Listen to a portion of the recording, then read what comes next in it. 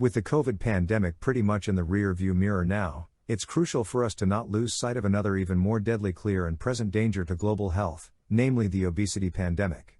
Obesity is responsible for more deaths annually than COVID as reported by our World in Data and the World Health Organization. The causes of the obesity pandemic are multifaceted, but a key contributing factor involves misguided nutritional advice based on the unsubstantiated vilification of fat in general and saturated fat in particular. By now, most of us are familiar with the keto diet, which is a high-fat, ultra-low-carb way of eating. But for decades, nutrition experts and healthcare professionals have warned us that fat, and specifically saturated fat, is detrimental to heart health. Despite mounting evidence in defense of saturated fat, the health implications of saturated fat remain steeped in controversy and debate. So, how do we get so far from evidence-based nutritional science? We're about to find out, so stay tuned.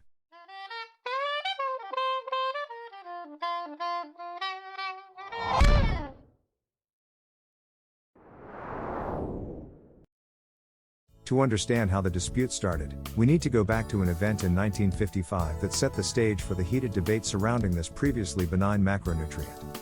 The event began on September 23, 1955, when then President Dwight D. Eisenhower, feeling ill after a round of golf at a local course, decided to return to his wife's childhood home in Denver, Colorado. The following morning, Eisenhower was awakened by chest pains. An electrocardiogram test was subsequently performed, and the results revealed that the president had suffered a massive heart attack. Heart attack deaths were relatively rare in the early 1900s, but by the mid-century, a staggering 10% of men were dying from heart attacks. But it was Eisenhower's heart attack that would suddenly bring the issue of coronary heart disease, or CHD, to center stage. To identify the underlying cause of CHD, American physiology researcher Ancel Keys launched what would become known as the 7-country study in 1958. Keys' study implicated total cholesterol levels in the blood as a likely cause of CHD. This claim was based on the heart diet hypothesis linking heart disease to dietary cholesterol. British nutritionist and physiology professor John Yudkin disputed Keys' hypothesis by blaming dietary sugar for CHD. It was later revealed that Keys had collected data representing not just 7, but 21 countries. And critics such as pediatric endocrinologist Robert Lustig accused Keys of cherry-picking the data to support his preconceived conclusion that cholesterol was the culprit. In later studies, Keys discovered that dietary or exogenous cholesterol had little if any effect on the total cholesterol levels in the blood or the development of hardening of the arteries, or atherosclerosis. The results showed that for most of us, our bodies maintain a relatively constant level of cholesterol by regulating the amount of cholesterol we make with the amount of cholesterol we eat. This process is also known as homeostasis. This finding prompted Keys to backpedal from his stance on cholesterol and implicate saturated fat as the real culprit because it reportedly raised total cholesterol. However, Keys provided no definitive mechanism or explanation for this reported phenomenon. Now, let's jump to the 70s. Keys' unfounded claims would eventually become widely accepted as gospel by experts in the health and nutrition community. In the early 70s, a major issue facing then-President Richard Nixon was the rising cost of food in the U.S. in the aftermath of losing the war in Vietnam. The government's proposed solution to rising food prices was to subsidize a more cost-effective food source, mass-produced corn. But if Americans were going to consume more corn, they would need to be convinced that corn was a better alternative to animal-based foods. In 1976, Senator George McGovern's Senate Select Committee on Nutrition and Human Needs was under pressure to wrap up its 8-year-long mission to study hunger in America and reduce its scope to that of a nutritional subcommittee under the Senate Agriculture Committee. Despite this apparent blow to the committee's ego, some believe McGovern saw it as an opportunity to lift its status by using its new mission to address the nation's increasingly dire coronary heart disease crisis. Then, in 1977, against the protests of numerous scientists and health professionals, McGovern's committee issued its dietary guidelines based on Keys' unsupported hypothesis that vilified cholesterol and saturated fat. The guidelines advised Americans to consume more carbohydrates, reduce their total fat and saturated fat intake, eat less cholesterol, and lower their sugar and salt consumption. Coincidentally, obesity rates started to climb steadily. At about the same time, the Senate Select Committee released its new guidelines. These guidelines would eventually serve as the basis for the first edition of the fundamentally flawed U.S. Dietary Guidelines for Americans, published in 1980. Some 30 years later, the fat fallacy was still alive and kicking. On January 31, 2011, the Dietary Guidelines Advisory Committee released its 2010 Dietary Guidelines for Americans. In Chapter 3, on page 24, the section on saturated fat states that the body makes more than enough saturated fat to meet its needs, so people have no dietary requirement for saturated fat.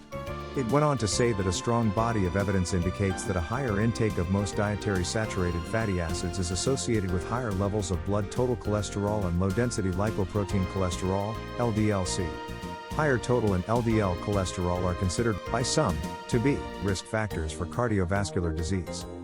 However, Ufa Ravenskov's paper titled LDLC does not cause cardiovascular disease. A comprehensive review of the current literature found no causal link between high LDLC and increased risk of cardiovascular disease (CVD). Another article published on June 24, 2019, in Espoo, Finland, noted that the widely used LDLC test does not accurately identify high-risk patients for cardiovascular disease. The fact is, cholesterol is vital to our existence. We would not be able to live without it. The liver supplies most of our cholesterol needs, but nearly every cell in our bodies can synthesize cholesterol on its own. Cholesterol plays many critical roles in the body. It is used to build our cell membranes and the membranes surrounding our mitochondria, which are the powerhouses of our cells. It is a key component in our myelin sheath, the layer of insulation around our neurons and the neurotransmission highways in our brain, central nervous system, and muscles. Our bodies also use it to make vitamin D and our steroid hormones, which include testosterone, estrogen, cortisol, and progesterone. It's also in our bile salts, which are used for digestion, and it plays a critical role in our immune system. Therefore, reducing our cholesterol levels may not always be a good thing. The vilification of cholesterol led to the development of cholesterol-lowering drugs known as statins. In certain situations, statins can be helpful. But David Diamond and Ufa Ramskov pointed out in a joint expert review that the benefits of statin drugs have been deceptively overstated, and the adverse side effects have been intentionally glossed over. The marketers of statin drugs exploit a mathematical trick that distorts risk assessment. This trick is known as relative risk assessment, or RRA. One example cited in the Diamond-Ramskov paper was the ASCOT LLA, or Anglo-Scandinavian Cardiac Outcomes Trial lipid-lowering arm. A total of 10,325 hypertensive test subjects participated in the trial. Half of the participants received 10 mg of atorvastatin, and the other half received a placebo. After 3.3 years, 3% of the placebo participants had suffered a heart attack, compared to 1.9% of the statin group test subjects. Based on these results, the absolute risk reduction provided by the statin was 3% to 1.9%, which equals 1.1 percentage points. The statin drug marketers realized that the healthcare community would view this difference as insignificant. To overcome this problem, they spun the data to create the illusion of a far more significant difference. They did this by taking the absolute difference of 1.1% and dividing it by the 3% of participants in the placebo group who suffered a heart attack. This ratio translated to a relative risk reduction of 36.6%, the figure used in subsequent advertisements for Lipitor. Another trial cited by Diamond and Raska was the CARE trial, which studied 4,159 heart attack patients with normal cholesterol levels over 5 years. Half of the patients received 40 mg of pravastatin and the other half received a placebo. Again, the absolute risk reduction was minimal at only 0.68 percentage points. But the most serious adverse event was breast cancer, which developed in 4.2% of women in the statin group compared to only 0.34% in the placebo group. The difference was statistically significant, as evidenced by a p-value of 0.002, but the authors dismissed these results as a possible anomaly. These deceptive marketing practices undoubtedly facilitated the colossal commercial success of statin drugs. For most of us, dietary cholesterol has little impact on the amount of cholesterol in our blood. Our bodies compensate for variations in the amount of cholesterol we eat by making it as needed. But despite the body's astonishing ability to regulate cholesterol, Americans have cut back on their intake of saturated fat and cholesterol, as evidenced by the 21% reduction in red meat consumption from 1961 to 2020.